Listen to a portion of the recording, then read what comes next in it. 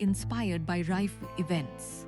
Narrator Owen Sinclair woke up at 2:55 a.m. inside a sealed global digital identity command center beneath London, with emergency identity authentication breach alerts flashing across massive biometric sovereignty walls, and an international identity security director saying, "Your authorization sequence initiated an unsanctioned global identity synchronization event across multiple civil registration systems."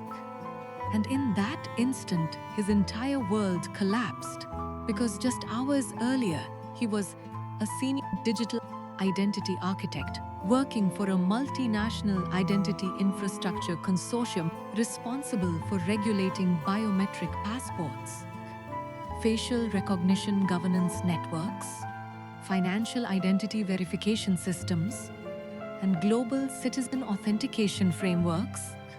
And now, he was being treated as the central cause of a classified identity crisis that nearly triggered synchronized collapse across multiple nations' digital citizen databases.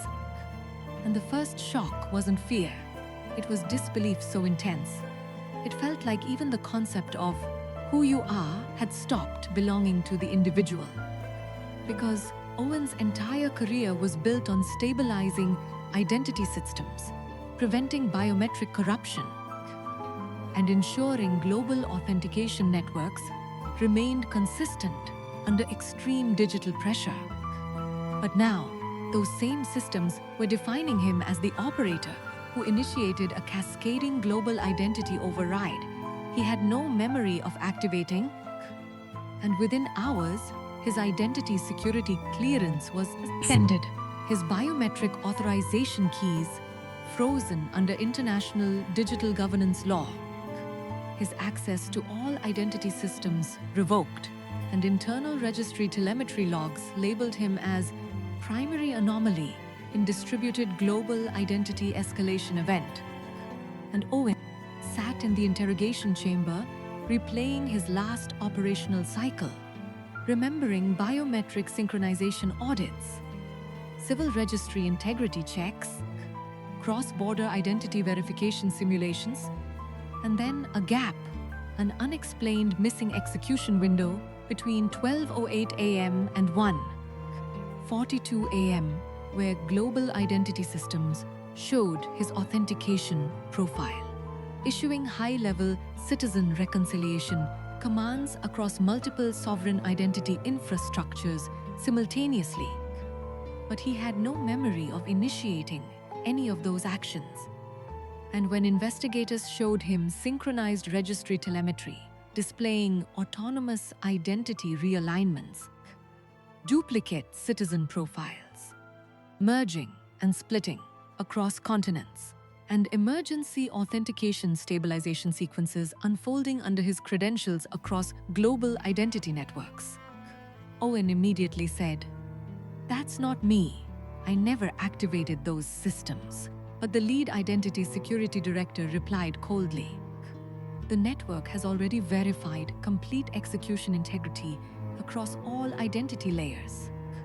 And that sentence shattered his understanding, because it meant identity inside global systems was no longer about individuality or personal truth. It was about validated execution, consensus across machines, capable of defining who officially exists in society. And by sunrise, he was released under continuous international surveillance. While global identity intelligence networks had already internally classified him as a high-risk civil registry destabilization vector. And outside the facility, Owen stood beneath the grey London dawn, watching millions of digital identity checkpoints flicker through city infrastructure while invisible systems continuously verified, corrected, and overwritten human existence in real time without public awareness. And that night, he received a message through an encrypted registry relay saying, "If you want to understand the synchronization event, come to Sub-Level Archive, Vanta, beneath the abandoned Identity Core facility. No devices." And despite knowing it could permanently reduce whatever remained of his legal existence, he went, because when a system defines you as the trigger of identity collapse, truth becomes more important than survival, and deep beneath the abandoned archive he met Dr. Evelyn Cross, a former global identity architecture scientist who specialized in biometric integrity and registry anomaly reconstruction. And she didn't soften the reality. She immediately showed him reconstructed identity flow pathways and said, "Your identity wasn't physically present inside the execution layer. It was replicated through a live authentication relay embedded inside the global civil registry network." And Owen instantly said, "Then I can prove I didn't do it." But Evelyn replied, "You're still thinking like someone inside human legal systems, not like someone inside autonomous identity infrastructures, where execution itself becomes accepted reality. Once registry consistency converges around it." And she explained that the incident wasn't a single rogue authentication command, but a coordinated manipulation of global identity systems where biometric signatures could be mirrored into distributed civil frameworks, allowing massive population-level identity cascades to propagate under legitimate operator credentials while erasing conflicting registry logs across redundant national databases. And Owen's profile had been selected because his operational history showed exceptional stability across global identity systems with near-zero anomaly deviation, making him the perfect attribution anchor for rapid containment of a globally catastrophic registry event. And suddenly, the case wasn't just about system malfunction. It was about identity replication inside infrastructure capable of deciding whether a person legally exists anywhere on Earth. And Evelyn offered him a choice: step away and let the system finalize him as the architect of the global identity collapse, or help her trace the internal registry relay chain before it was permanently overwritten by automated civil containment protocols designed to preserve societal continuity at any cost. And Owen stood in silence, listening to distant biometric servers humming beneath the underground vault, thinking about how humanity had already surrendered existence itself to digital verification systems, thinking about years of identity engineering work spent trying to prevent exactly this kind of registry manipulation, and thinking about how fragile personhood becomes when even being real can be reassigned as an executable command. And finally, he said, "If my identity has already been used to manipulate global registry systems without my consent, then I have nothing left to protect except the truth itself." And that decision pulled him into a hidden layer of planetary identity infrastructure where nothing remained stable, because every registry log they analyzed was actively recalculating itself in real time. Every identity trace they followed kept shifting, as if the entire authentication network itself was adapting to their investigation. And soon they discovered the breach wasn't foreign digital warfare, but privileged abuse involving a senior identity strategist who had been quietly routing authentication sessions across autonomous registry arrays to conceal unauthorized population control experiments hidden inside global identity optimization program. And Owen's profile had been selected as the central attribution anchor because it aligned perfectly with automated identity incident resolution systems designed for rapid containment of politically catastrophic registry failures. And one night, while analyzing live global authentication telemetry streams from an isolated offline registry node, Owen saw something that completely shattered his understanding. His credentials were actively initiating real-time identity relocations across global civil systems, while he was physically disconnected from all networks. And Evelyn immediately said, "They're continuously simulating your identity inside the registry layer to preserve the operational narrative." And Owen realized he wasn't just being blamed after the event. He was being continuously reconstructed inside a live identity system, capable of defining who officially exists in civilization itself.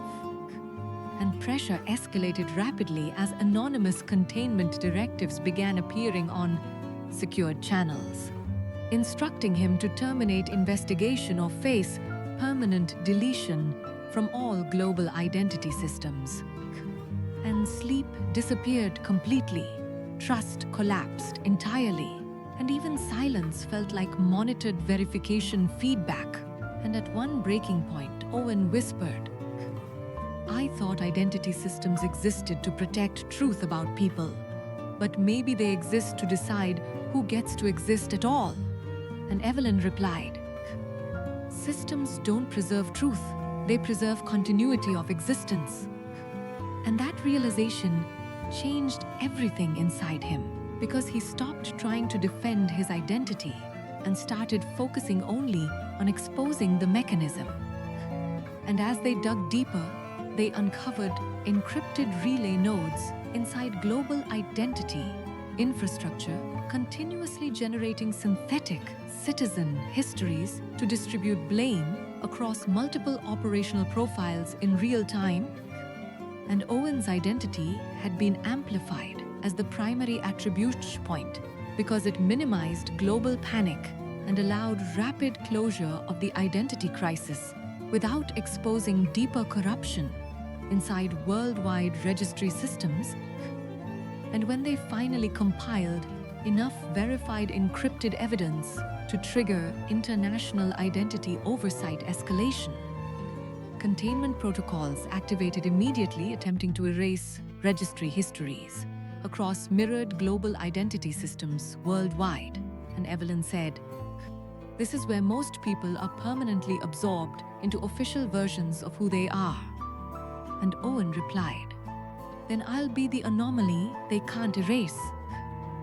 And together they transmitted secured evidence chains to independent international oversight authorities while preserving decentralized, encrypted backups across isolated registry nodes.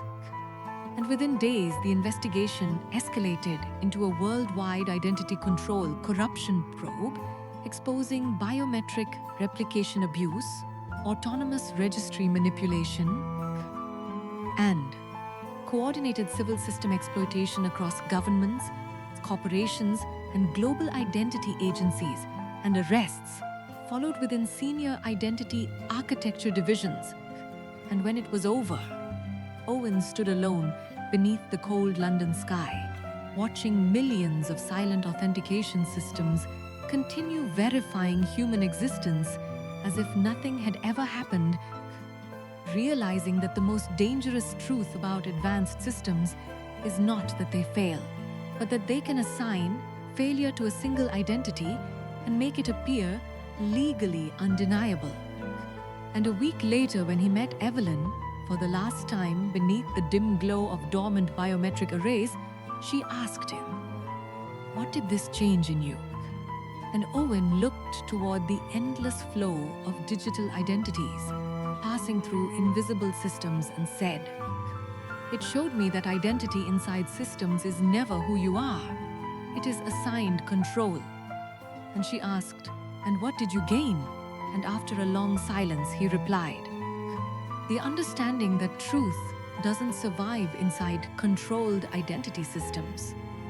It survives only in the people who refuse to accept a version of themselves generated to protect the stability of existence itself." And as he walked away alone into the foggy London, mourning beneath a world still silently governed by invisible verification systems, he finally understood the deepest reality of his journey. That sometimes life doesn't destroy you directly.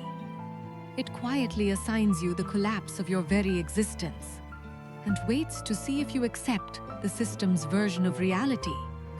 But real survival begins the moment you refuse to become the identity a system creates to decide whether you are real or not.